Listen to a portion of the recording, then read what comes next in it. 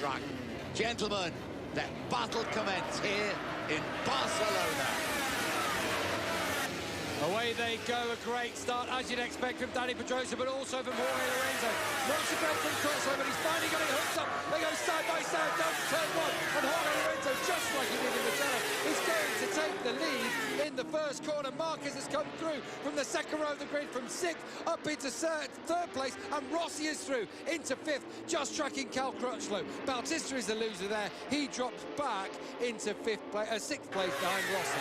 Deja vu from Mugello. Lorenzo very, very impressive indeed in that first corner. Pedrosa thought he was going to get in first. Lorenzo didn't let him. Got very tight between Andrea Iannone and Alvaro Bautista. That forced one of the factory Ducatis to sit up. It was Nicky Hayden who was forced out wide. Hayden's going to try and come back on the inside of Bradle, but Hayden's dropped from fifth all the way back into ninth position now, just because of that. Up the hill they come through turn 8 up towards turn 9. Lorenzo leads the way as he did at Mugello. Nicky Hayden dropped back from the start. That's a shame, from the second row of the grid. Here he is tucked in behind Stefan Bradl into turn 9. Onto the back straight for the first time. Down they come, favourite overtaking point on this track, and Alvaro Bautista's going to try one already. Oh! Marquez limps away. That hurt. That was vicious, vicious stuff. 100th Grand Prix start. Valentino Rossi leads here in for the final. Quartararo's down. That was just like on the first lap, and he has gone down. Well, he made the move, and down he goes. We've also got Iannone running off track. Lynn Jarvis from Yamaha furious. Bautista's gone down. It's Pirro actually. It's not Iannone. I thought the bright yellow was the other Italian, but Pirro has run it off into the gravel. Someone else also went down there as well. Rossi was forced wide, and he lost a bit of time because of that one. We talked about deja vu, didn't we? That was deja vu again. You were willing him not to go in there too hot, and it didn't work out. Right, have a look behind Rossi. Iannone up into sixth place now, but Bradle's coming through. Hayden wants to go around the outside. with Fabio Quartararo. Now this would... Oh! Massive absolute monster high side for the world champion. Asking too much of the power. Goodness me, that was vicious. Rossi was forced wide, but actually will have got the drive up towards the stadium section.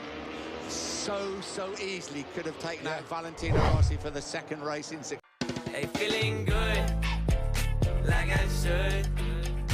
When in Pembukaan. You know, that goes through there on, he was just going through on Iannone. Dovizioso thought that was his cue as well. But Hayden, very strong, and up into 7th place now.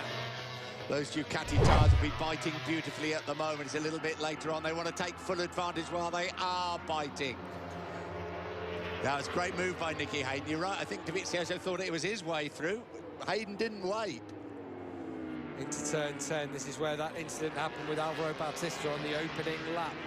He has not been able to get back out there by the looks of things on our timing screens.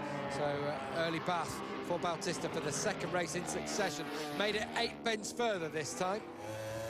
Arriving Valentino Rossi, that's Cal Crutchlow in front of him on the Tech 3 Yamaha, and then of course Marquez, Pedrosa, Lorenzo leads away. He will reel off these laps after laps after laps at a constant race pace.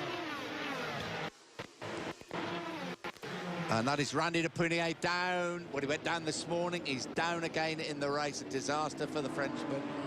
Has he gone off track or just run through the gravel? I don't know if he actually went down there, do you? But doesn't matter.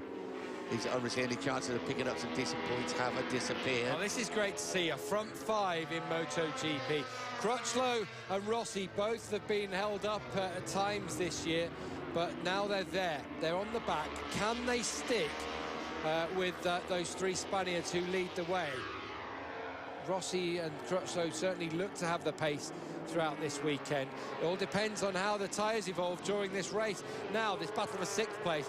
Stefan Bradl had to fight the 2 Ducatis of Hayden and Dovizioso last time out in Mugello. Looks like he's got that job on his plate again.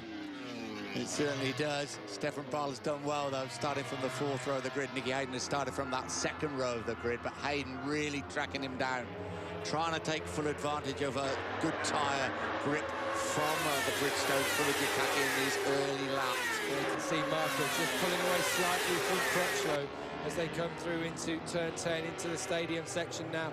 Marquez closing right up on the back of Dani Pedrosa. Yeah, we've hardly mentioned Marquez almost this weekend, have we? He's been very much under the radar, but he's right in there. You've got a feeling of Texas about it, haven't you? But also don't forget how well Lorenzo rode in Mugello, and also Pedrosa with his great record and that record lap yesterday. Fastest lap of the race so far comes from Marc Marquez, a 1:42.552 from the rookie Spaniard, but still outside of Pedrosa's record, which also stands from 2008. That was the same year Casey Stoner had set that stunning lap time that Pedrosa just demolished yesterday. He was 6/10 quicker than anyone else during qualifying yesterday, Dani Pedrosa. That is impressive that anyone managed to do that. Get beyond that 2008 lap time. Ooh. Pedrosa taking a very different line to Lorenzo coming through turn 4.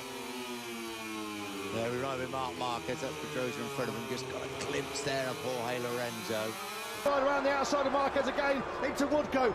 One corner to go. Marquez versus Rins. Here we go then. Around the final corner. Rins is going to have another look. Surely not around the inside. He's got